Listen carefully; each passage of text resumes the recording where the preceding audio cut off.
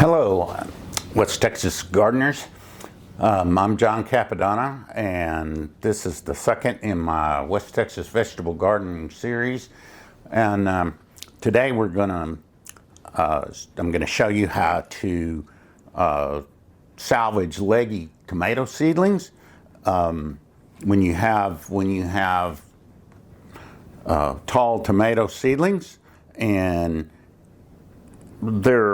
these are not all that bad, but they will benefit from repotting, and they have to be repotted anyway in these small plug trays. They can't grow the entire 6 weeks.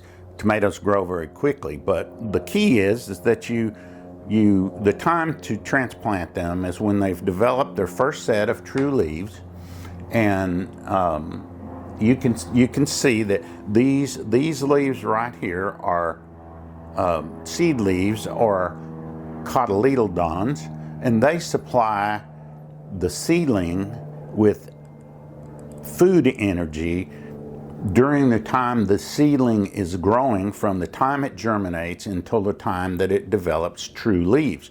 Now, once it develops these true leaves, they begin to photosynthesize and produce food on their own.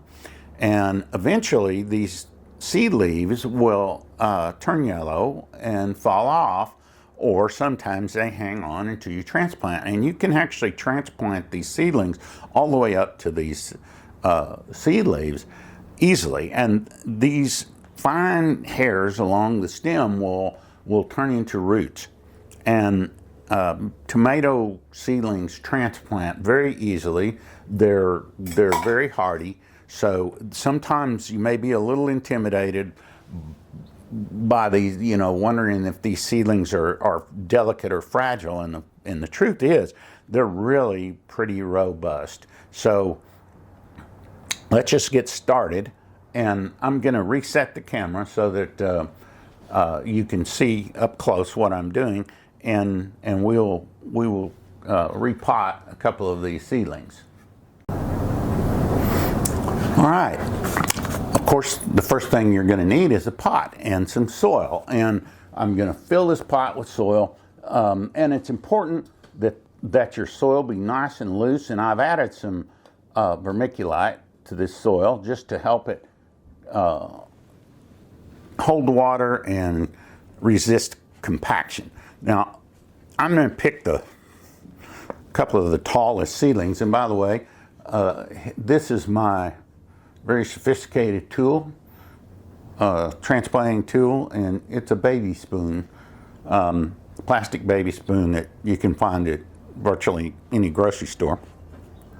And it's ideal for scooping these seedlings out of these narrow cells of these plug trays. Now I'm going to remove this plug along with all the roots that I can possibly get, which is hopefully all of them. And I'm going to set the seedling across the pot diagonally, just simply because that gives me a little extra room to work. And then I'm going to press the seedling down with my thumbs. And I'm going to hold the stem down for a while, for just a little while, and push that root ball down into the soil as far as I can. Now, unfortunately, in a 3-inch pot, that may be not all that far. But you can add a little more soil.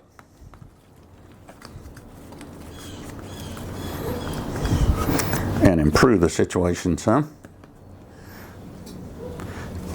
And then lightly tamp it down. And now, instead of having 4 inches exposed, we have 2 inches exposed. And each time that you transplant a tomato, you will plant it deeper. Now I'm going to water this in the top very carefully, just to keep from getting anything any water on the plant itself, on the leaves especially.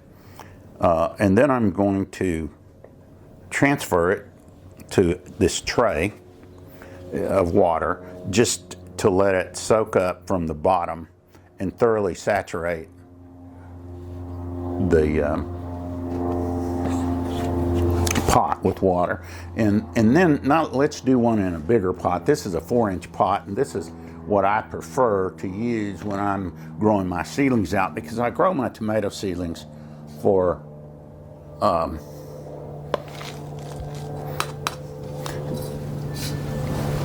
6 weeks. And the seedlings right now are about just a little over 2 weeks old. That they will start developing seed leaves, true leaves, about 2 weeks in.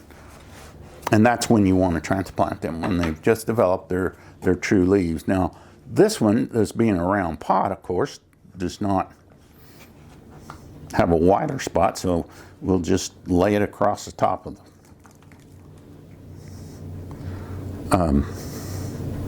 And then, being a 4-inch pot, we should be able to get it pushed down a little deeper into the pot.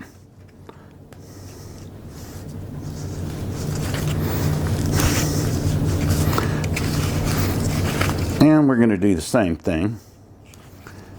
Compact the soil around, and then get a little more soil and add to the soil in the pot and bring it up, bring the level of the soil right up around the stem of the seedling.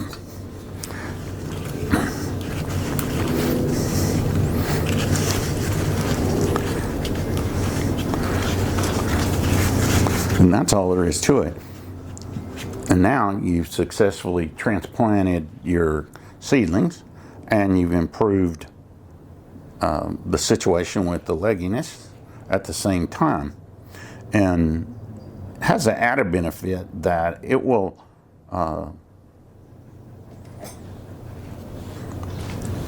form a very strong root system, because those fine hairs along the stem of the plant will form roots in just a short amount of time. So you'll have a very nice, good, robust root system on your tomato plant, and ready to transplant come March 1st.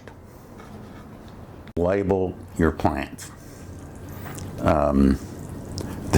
This may seem simple, but it is something that will save you a lot of problems later on, because if you're trying to remember which one of your plants did the best, if you don't have them labeled, there's no way to know. And it's so easy to get them mixed up when they're in the plug tray, or when they're in a 1020 tray.